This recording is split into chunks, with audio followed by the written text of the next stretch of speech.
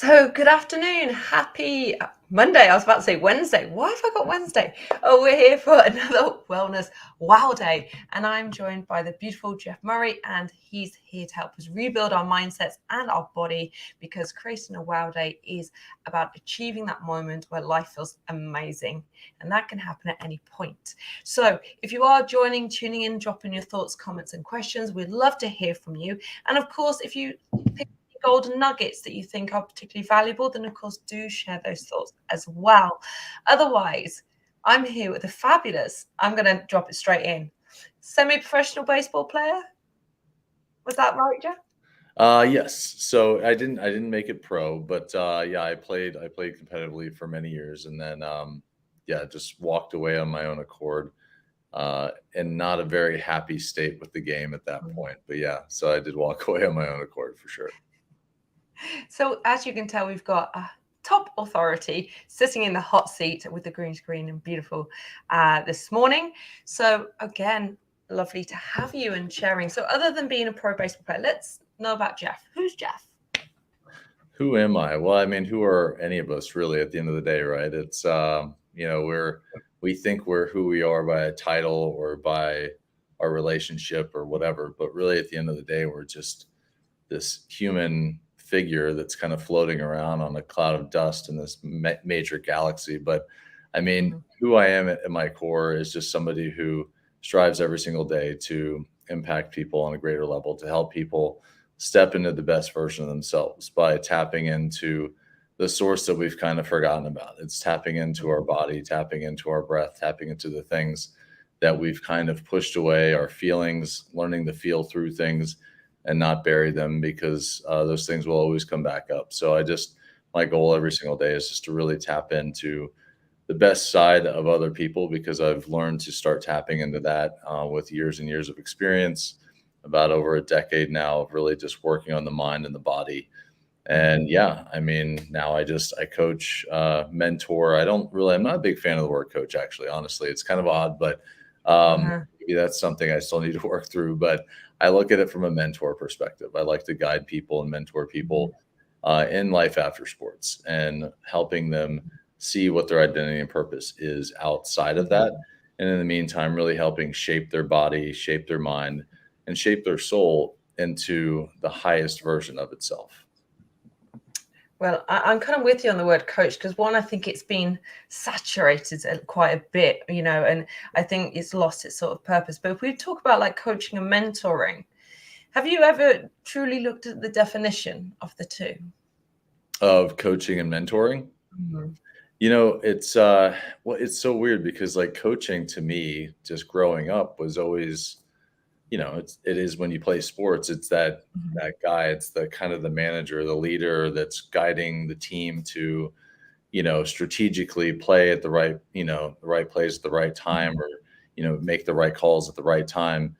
And it's always very much like a telling you what to do type of Mhm. thing. But in the coaching world of this thing, it's always just asking questions and asking questions. And I realized, very much like a therapist in a way, you ask very specific questions to get very specific answers. And as much as I do believe in that concept, because I realize that we all have the answer within us, Mhm. we just have to sometimes unpack that answer.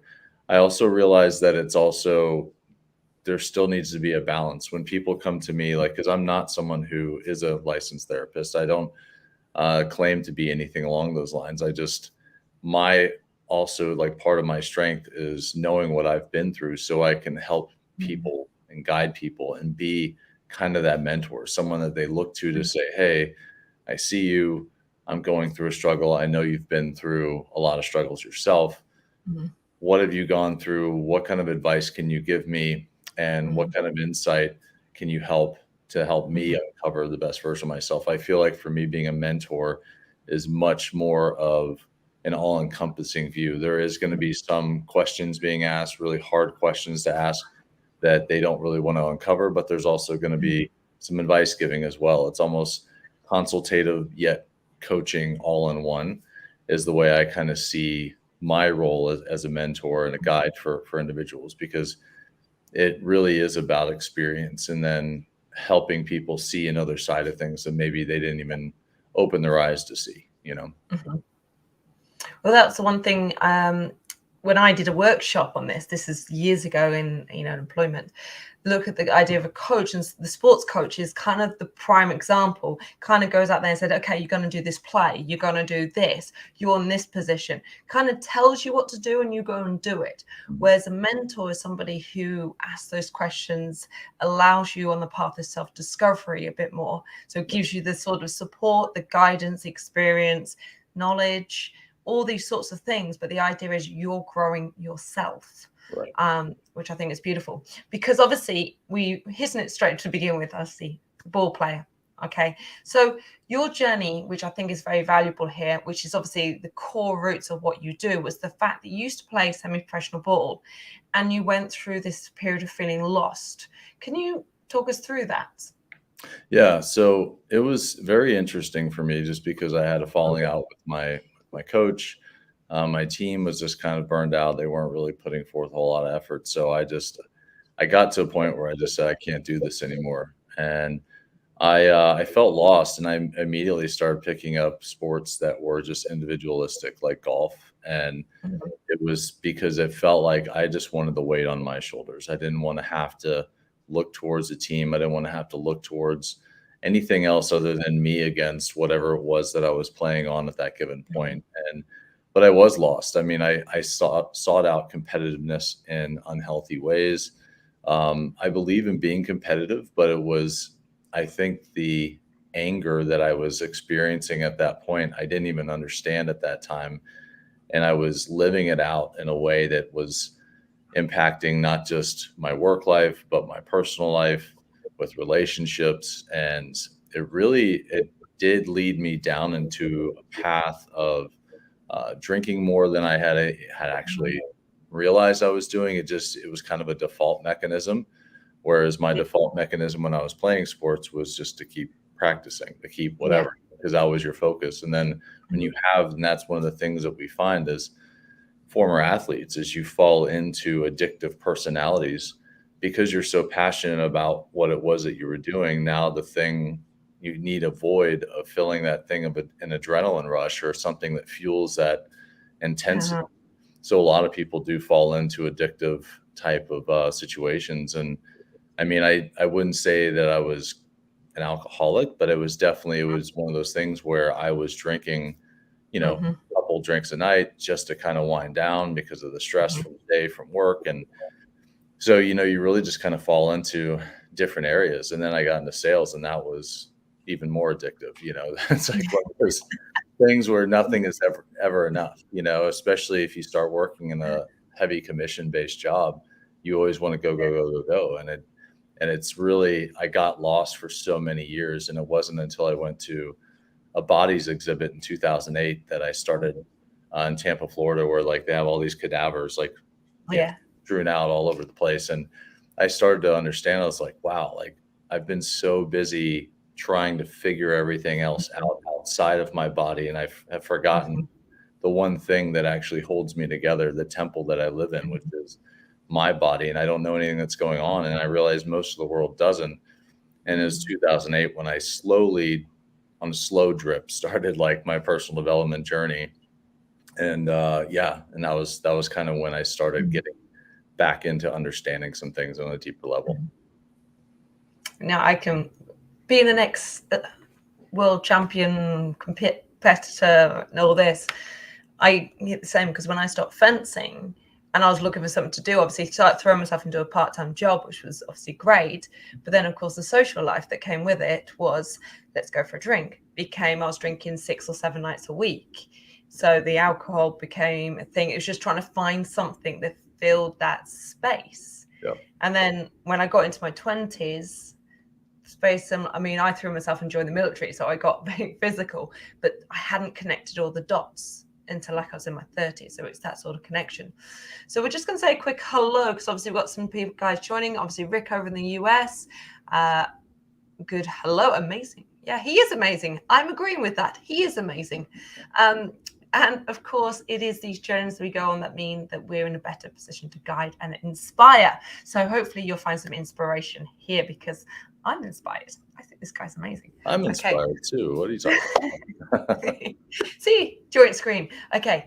So you've gone through all of this. Okay. What was the sort of key point? Because what you do now is help people regain. Because when you're we spoke about this briefly about obviously when you're in that sort of teen, you're that successful, you've achieved that sort of element of results, and you kind of feel that sort of, like I said, that passion, that drive, that enthusiasm.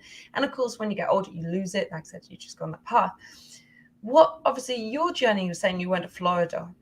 How do you get people to identify with the fact is, okay, you may have just playing college ball, it may have been, just a local sort of thing, it may have been like you or I have on a top level. How do you allow people the sort of process to identify with, they can feel that way but feel it now, even if they're not in that position? Yeah, the big thing is just what I've realized over the course of time is really understanding that the biggest thing we can do in any given situation, whenever we're feeling a sense of loss or whenever we're leaving a situation, doesn't matter what level. Like I've always told people, you could play high school ball at a competitive level and for some reason not play in college. You could play college at a competitive level and for some reason not make it to the next level. There's a variety of reasons why people don't make it to the next level, but in that moment, the best thing you can do is the one thing everybody always runs from, and that's to feel it through, to feel the grieving of that loss, to feel all of that, because when we repress that and suppress that, all that does is just continue to find its way somewhere else in the body. Like our mind immediately, when we go through a very traumatic situation, which leaving something that you love or that you've dedicated so much time and effort to, it's going to want to, if you don't deal with it in a healthy way, it's going to want to put it somewhere. The mind doesn't want to hold on to it. So the mind immediately sends it to some place in the body. And the body stores that trauma. The body stores that pain. It could be in your lower back if you have chronic back pain. It could be in your stomach. There's a lot of issues that I'm even learning more and more around the gut health and how we store so much in our stomach of pain and guilt and things. There's a lot in our hips. Like I've had tight hips most of my life and come to realize a lot of it's traumatic situations that I've held in different areas of my life. It could be knee pain. It could be a variety of different areas of your body where you store things. So the biggest thing I tell people to do is when they're in those moments, whatever it is, because I know I work with athletes. However, it's anybody who really, I've had so many people come to me like, well, I worked as a teacher for 30 years and I feel this huge sense of loss now that I'm not there. It's anybody who devotes any, that 10,000 hour rule of amount of time that really dives into something very deep, is very passionate about it. Now it's taken away from them. You have to grieve. You have to grieve through that. You have to feel the emotion. Don't bury it. Don't push it away. Because you do that, you do start picking up other bad habits. You go into states of depression. You go and I don't see it as clinical depression, but I see it as acute depression or situational depression, where it's people that go into situations that they can get themselves out because they put themselves in. It's not something that was innately born inside of them, but they can get themselves out of it. So before you jump on a medication, tap into your body, tap into somebody who go do like somatic work, go do yoga, go do something that really taps into who you are at your core and really taps into your heart center. It's because your body actually communicates at twice the level or twice the amount of times that to your mind as your mind communicates to your body. So much your first brain is also your gut and your heart area. And that whole area, that's your first brain when you're actually in your mother's womb. So it's communicating at a twice the level that to your brain as your brain does to your heart. So tap into that, feel your intuition, learn to understand and decide through your intuition instead of deciding with your head, because most of us lead with our head. And in this world, because I dove into mindset for many years because I thought mindset was everything, like a lot of people think. And social is all mindset. It's like push through, overpower, overcome. And I'm like, no, like sit still, breathe, feel it, and then see what comes up. If you need to cry, cry. If you need to scream into a pillow, scream into a pillow. But get out the emotion, realize that anger and all those other emotions are healthy emotions or normal emotions, Mhm. deal with them in a healthy way. And if you're still wondering how to actually go through that and that grieving process, seek somebody Mhm. out who will work with you through holistic Mhm. ways of approaches, not through, some of the medications that we have out there in the pharmaceutical world. Work Mhm. through it in a very healthy way, because you can work through that. You just have to do the work. And that's the thing, is most of us bury it and we don't do the work. Yeah. Well, as you quite clearly said, obviously the physical tends to be like the first response, as it were. We see that first. We don't want to delve into it. But the problem is we'll fix that one area. We don't look at the whole like circle, as it were. Yep. So that's the thing. There's the three parts, and of course, the one thing that you've also said before is the case. Obviously, you ran into sales. You were then pushing forwards, and of course, before that, obviously drinking and pushing yourself into things.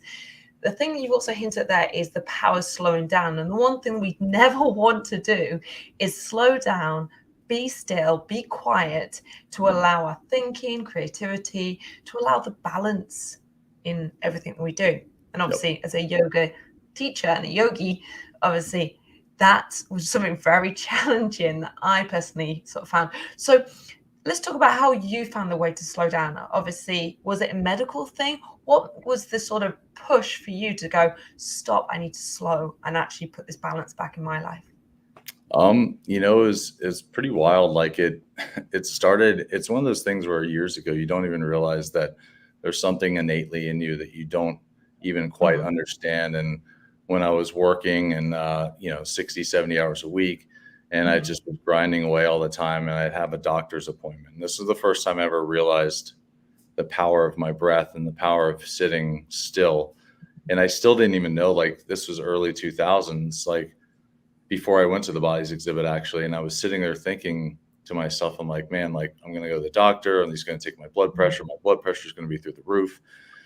I'm like, what can I do to calm down? And I just started breathing, and I just slowly just started like breathing in and breathing out. And when I went in to get my blood pressure done, the doctor was like, oh, your blood pressure is great. And I'm like, it wasn't like 10 minutes ago. Like, it was just, wow. It was like through the roof. And so then I went back and I told my wife at the time, we're divorced now, but I told my wife at the time, I'm like, it's the wildest thing. I said, I literally, like, I calmed like my heart rate down, my blood pressure down, everything, just through breathing. And she thought it was nuts. She was like, that's not possible. I'm like, I'm serious. Like, I was like, this is like a thing. Like, it was one of those moments when it was kind of like an aha moment for me. I'm Mhm. like, wow, what else can I do this in? And there were times where I'd have insomnia and I couldn't really sleep really well.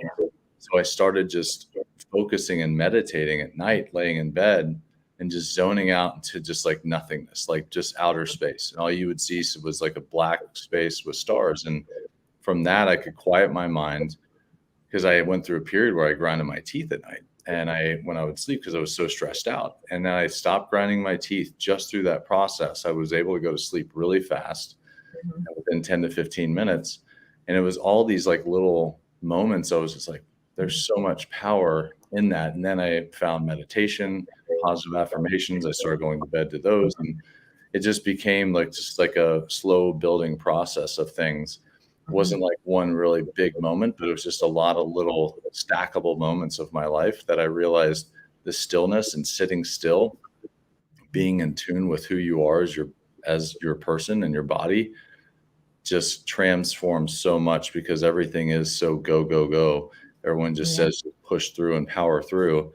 I'm like, just stop doing that. Like, you have to Mhm. sit still, because once you sit still, the answers will come. Once you sit Mhm. still and if you can't quiet your mind, I always tell people, like, they're like, well, I've tried meditating and it doesn't work because I can't shut my mind off. I'm like, journal first. The first thing Mhm. you can do is just do a brain dump. Get all the shit out on paper. I'm sorry. Hopefully I can say the word shit. Um, You can. It's okay. um, and it's just journal. Get it out of your head so that you can quiet down. And if you still have a hard time quiet down, like, listen to a Mhm. guided meditation. Listen to somebody speaking, Mhm. giving you prompts, because listening to that and paying attention to that with a very calming aspect can help get you into those states. But it's been such a powerful shift for me, where someone who was all heavy mindset, heavy, just push through and power through, I finally stepped back and said, I can't keep going like this because I'm going to burn myself out. And I eventually did at one point, and it kind of had to do a complete reset. Mm. Do you know what my favourite way to calm the mind is? So, Colouring in, getting the crayons out in the book. that's I'm amazing. not even joking. That's And because it gives you something to do to focus the brain, and you're focused on something, but you're focused on something that's so irrelevant. And guys, I did share an elephant on my LinkedIn. I'll share another one soon. I'll give you guys more pictures, so you guys can join me on the colouring in scheme, and we'll do, But by giving your brain something to focus on that's kind of irrelevant and that you can sort of just let go, I find that sometimes is my easiest brain dump, because I've got dyslexia in the ADHD line where my brain is overly active. It's like a case of I'm kind of going, I need to do something. And it's like, no, you don't need to do anything. Sitting quiet, chimp brain goes off. And it's like, okay, guided meditation. Okay, I can't quite find it. Actually, doing something just as simple as colouring in is a few hours of pleasure, because I've got to stay within the lines. Miss OCD's going, but this is why if we talk about meditation and calming the mind, there are hundreds of ways, really, if you think about it. It's just about sort of switching off and stepping back. So now we've kind of switched off. Okay, we're all nice and calm, we're all focused. How do we rebuild connection and passion as we had when we were an elite athlete? How would you recommend to kick about? Really, it's just separating. For me, and what I've worked with the people that I have worked with over the course of starting this career path of being a mentor for former athletes, is really just stepping back. And as much as it's hard to do, and this is probably one of the most difficult steps, is a lot of people only realize that they're doing it, is disconnecting and detaching from that identity as the athlete, just for the point of, in the sake of understanding that, yes, that is a part of you. Yes, that's a part of your journey, but your journey is so much more than that. Because a former athlete, on average, most athletes, if you make it to the very highest peak level, to where, thousands and thousands of people are watching you at any given moment, you're only going to typically play till about 30 years old. If you look at the average sport, most NFL players are done by 27, 28. I mean, you get your Tom Brady's that are 45, much of an anomaly there, but baseball is like 29, basketball is 28. I think NHL hockey is, I think, 29 as well. Yeah. It's golf is a different ballgame. Obviously, like golf, you can keep playing forever. But most people stop by the age of 30. So you hypothetically have 2/3 of your life left. And an athlete identifies so much because they developed so much time and effort into this one practice. And one of the biggest things that they come across is this, all of a sudden, like, this is who I am, but now I'm not that person. So there's this almost like purgatory shift of like, I'm stuck and I'm not in heaven, I'm not in hell, but I'm in this thing. Yeah. And really, we're all in this thing called life, and it's this journey. And we get so stuck on a goal. And once we achieve the goal, we don't ever, we're like, well, what's next? What's next? And we never stop to really just focus in on what is my true purpose, and that my purpose can shift. Maybe part of my purpose was to be the athlete, but now the purpose is, how can I use the skills and the abilities that made me such an elite athlete and a competitive athlete on a high level? How can I use that into everyday life? How can I use that to impact others? And then be okay. And the other thing I would say so powerfully about this is that to be okay with starting over. I think that's one of the biggest things, the fear that any of us have. You think about the smallest little thing. It's like, I had it the other day, is I was in the park with my friend, and she was like, would you ever come out and do yoga like we're doing today by yourself? I'm like, hell no, I wouldn't, because I don't know what I'm doing enough. I was like, I do it, but I can't,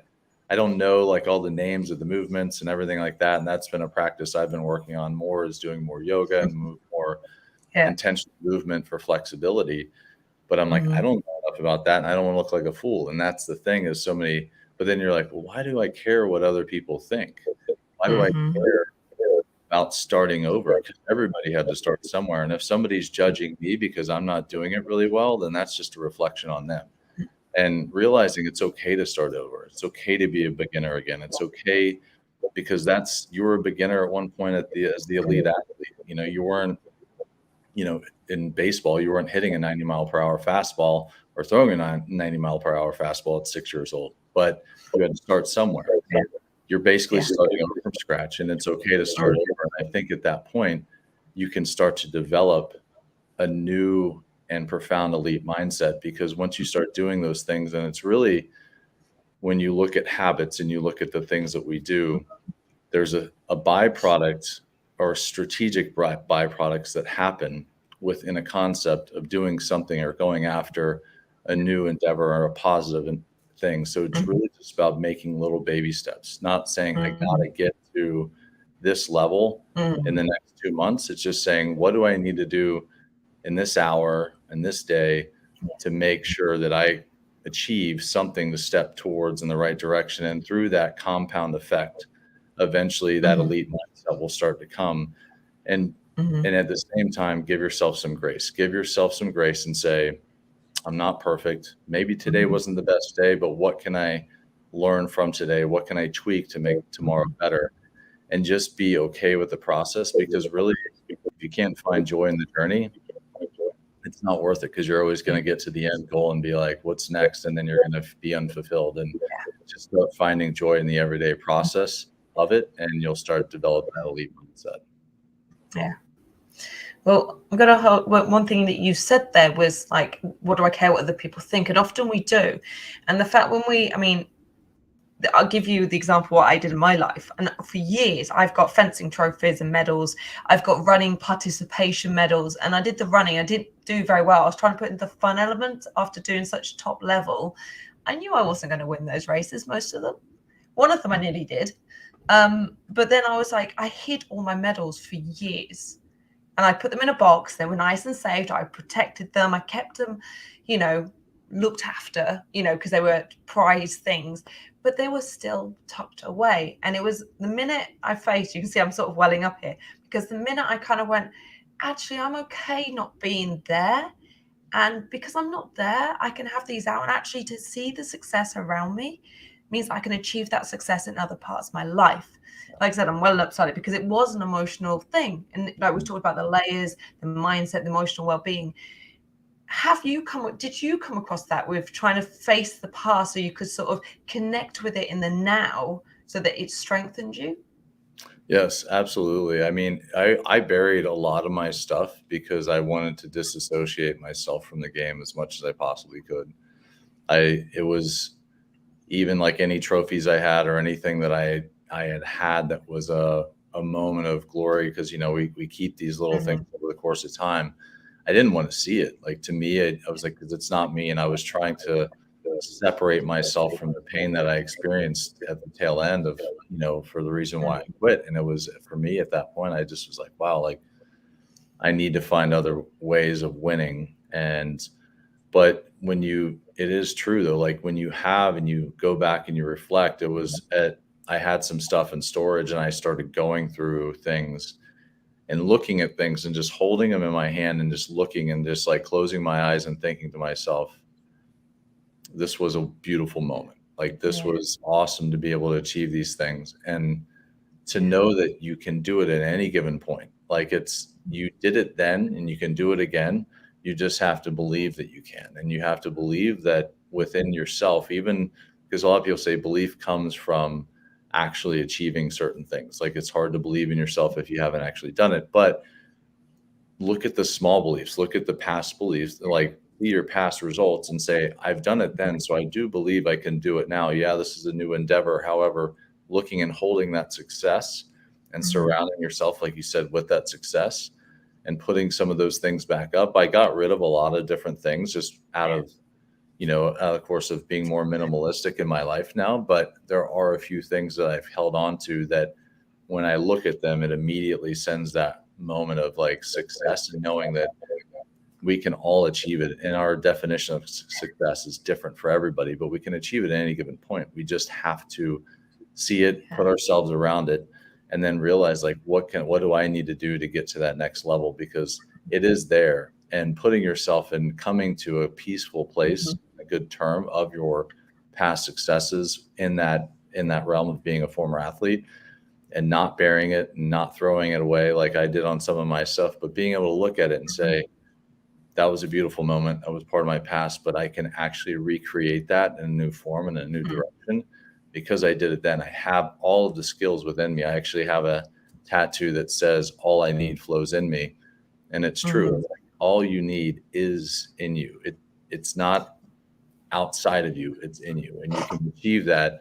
You have the resources within you to find the resource outside of you to create Mhm. those things. It's just you have to believe in yourself and know that you've done it, because you have done it before. Yeah. Well, you're probably telling me because I've still got my fencing swords that I went to the World Championships with. So they're still sat underneath my bed because, I've got them. And the whole bag, I mean, the whole bag comes like, it's huge. Yeah. But the reason I can't get rid of it is one, it's not replaceable. But secondly, the bag is a GB bag with my name on the side. So I earned that. At the age of 13, I earned that. Yeah. And you kind of sit there and go, and these are sometimes we sit and we hide. And it's that reflection of going, no, I earned that from the efforts, the work. My trophy that sits on my desk is actually a third place trophy. It's not even a first, it's a third place. The ones that, okay, I'm going to show you my favorite ones. Okay, these are just participation. These are just, oh my God, I actually got them stuck. But That that these, they did. that is a good point. Participation, and that's the other thing. People are afraid to participate because of being seen Yeah, and being new at something. Just go out and participate. this one's made out of clay. That's I've amazing. got two of them made out of clay, two of them are made out of wood. They actually sit in my thing. They're actually my favorite ones because it was handmade, obviously, for this event. It was obviously earned. I nearly lost my trainer in one of these races, which I was very proud. I did it with a team. At one point, I felt like I was the weakest link because, they were stronger runners. They're two guys. When I got stuck in the mud, literally up to my waist, they're the ones who pulled me out. But then the reason I love them so much is one, they are unique and special, but it also reminds me of that even as the weakest link, I was still valuable in that team. We ran in together, we stuck together. And actually, all of these races, there's four of them, I did with those guys. Yeah. So the fact I was, even though I thought, oh my God, I'm an embarrassment, I'm the weakest link, they still wanted to be part of with me every single time. We trained together. One of their wives, I got the wife fitter. When you just kind of like going, when we look back at these things, we need to remember the blessings. So as we start to bring this to a close, what's your biggest blessing that you like to remember? You've seen mine now. It's all in my trophy. My third place.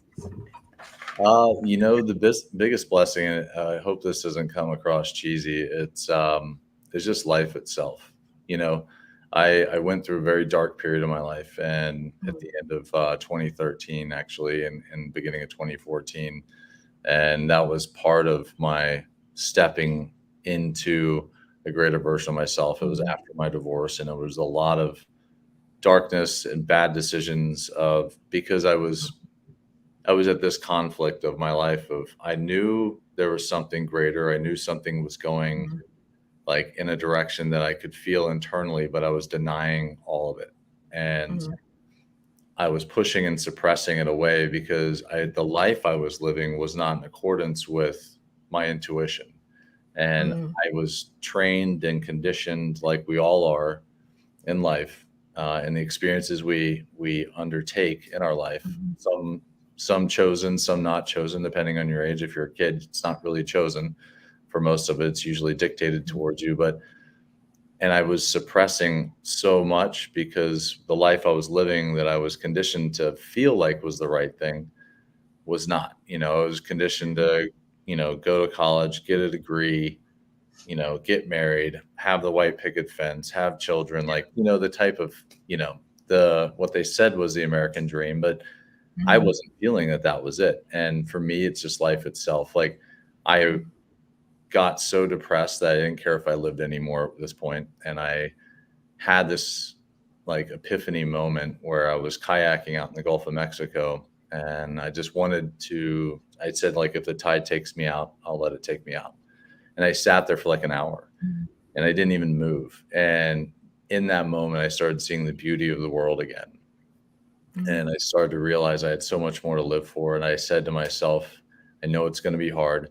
I know this isn't going to be an easy journey to get myself back to where I really needed to be, but I was going to make every day moving forward, trying to live the best version of myself and inspire others to be the best version of themselves. And it was in that moment that I realized that for me, the biggest thing of life is just life itself, is to learn to hype up your hyphen, to live and joy in the journey, because the hyphen is really where it's all at. If we don't learn to love that, if we don't learn to love and enjoy just the moment of life, the present moment, and to stay present, live 80% of your life in the present, 10% in the past, 10% in the Mhm. future, 80% in the present, and just enjoy it, because we never know when it's going to end. And live with a state of gratitude.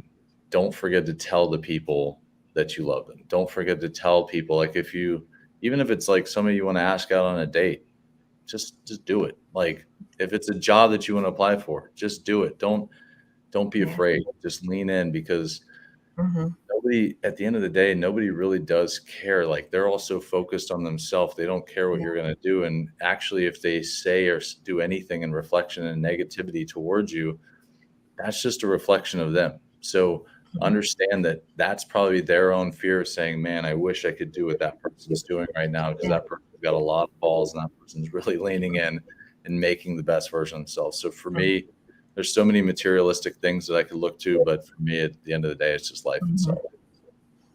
And even a no thank you is actually a blessing. So even if you ask someone in a day, ask them to be your client, ask them to this, and they go, no, thank you. You go, thank you, because you've actually put it out there and they've been honest. None of this bat around, none of this rubbish. You know, you can't always have a yes, but the fact you had the courage to step forwards and go, will you? Yeah, exactly. Life will not change unless you're willing to step forwards and take those opportunities. Yeah. And that's, it goes, there's so much about leaning into this idea of, people say if it's not a full like F yes, it's an F no type of, I don't know if you've heard that Yeah. slogan or that quote, but I challenge people to say to yourself that, just question that moment. Question if it's not a full F yes and you are like, no, I'm not going to do it. Ask yourself if that's your head or if it's your intuition telling you that. Mhm. Because if it's not, lean into the, maybe it's that, oh, I don't know if I really want to do it, because you're afraid. If you're afraid, if you're triggered by it, if you're feeling a trigger, that's something you haven't healed from your past, and you need to lean into that and say, what is it Mhm. about this thing that's causing me to have some sort of negative reaction? Lean in and do it anyway, because either A, you still don't like it, or B, you're like, you know what, this is a really great situation. Like, I am actually going to lean in and do this, and this is going to be fun. So yeah, just do Mhm. the thing and question the way that you've actually been doing it, and ask yourself, is it my intuition or is it my head that's guiding this decision? Mhm. Very, very good point. So our head and our hearts can be both in conflict, but can both have solid voices. And we need to listen more to our hearts. Sometimes we suppress our hearts and our souls, and we don't fulfill our desires. But I know I could sit and talk to you all day because you're freaking awesome. Okay. Likewise. So there you go. But guys, if you have tuned in and you found value, obviously I've dropped Jeff's links, but obviously there's his Instagram. Obviously, you can go over there. He has recently had a great challenge jumped on, and I'm sure there'll be more coming. And there, obviously, all the links and stories were launched over on Instagram. So I do recommend that if you've enjoyed this, you found some value, or even you just think, hey, this guy's cool, then of course join in. And ladies, if you do want to ask him out, I would say this is a professional profile. Please respect that. Okay, gents, same detail, yeah? Leave that elsewhere. Okay. There you Other than that, here's been some great nuggets about creating wellness wow days. Obviously, reflecting on your past, embracing those journeys, confronting that trauma, finding peace and quiet, and living in the now. Is there any last little tidbit of advice that you would like to leave with them, Jeff? go. I mean, if I would just leave like one tip, is honestly, it's just really wake up every day looking at life and saying, this is the first day of the rest of my life. Is just live life in a full, complete state of gratitude. And Mhm. you start doing that, gratitude reciprocates. If you come from a loving heart and you lead with love and you don't lead with fear, just lead with love, because that's going to lead you into a direction. There's going to still be people who want to take advantage of you. It's inevitable. Don't let them derail you. Keep leading with love, because you'll eventually turn other people, and other people will find you that are your tribe. And that's just going to make the world so much better. I completely agree. So go forward, filled with love, Jeff, for the rest of your day. And guys, thank you for watching. Do drop in your thoughts, comments, and questions. Both of us will be dropping in. If anything's not picked up by Jeff, and that should be there, I will make sure it is passed on as well. Otherwise, here's to creating another wonderful, I was going to say Wednesday again, Monday. It's a wild day. Well, I actually thought it was Wednesday too, because I was like, wellness, wow day, Wednesday. Like, there's a lot of W's going on there. Yeah, no, I do a Wellness Wednesday polls, but no, not. So otherwise, thank you, Jeff, for joining, and enjoy the rest of your day. You too. Thank you.